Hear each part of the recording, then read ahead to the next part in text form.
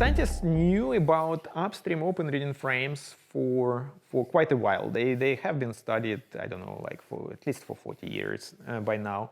And they have been known to regulate translation of downstream regions.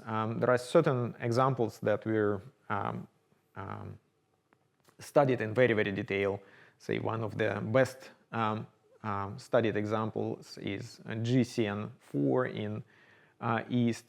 There is also very well studied upstream open reading frame in human AMD1 gene, where it is used for regulatory purposes. But these were individual cases that were studied by scientists who focus on translation control of gene expression. So to what extent they are being used in regulation of other protein coding genes was not known.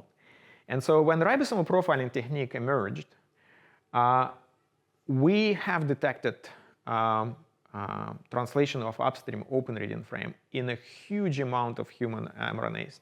So in fact, the typical human gene would have upstream open reading frame translation. It would be less frequent to find a human gene whose mRNA would be free of upstream open reading frame translation. And on its own, it suggests that there is lots of regulation occurring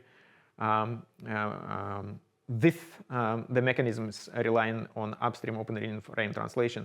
And new cases where people try to decipher how it works, they constantly emerging. But I think that we are just scratching the surface of the real situation. I think that this type of regulation is absolutely massive, and we know very, very little about the details so far.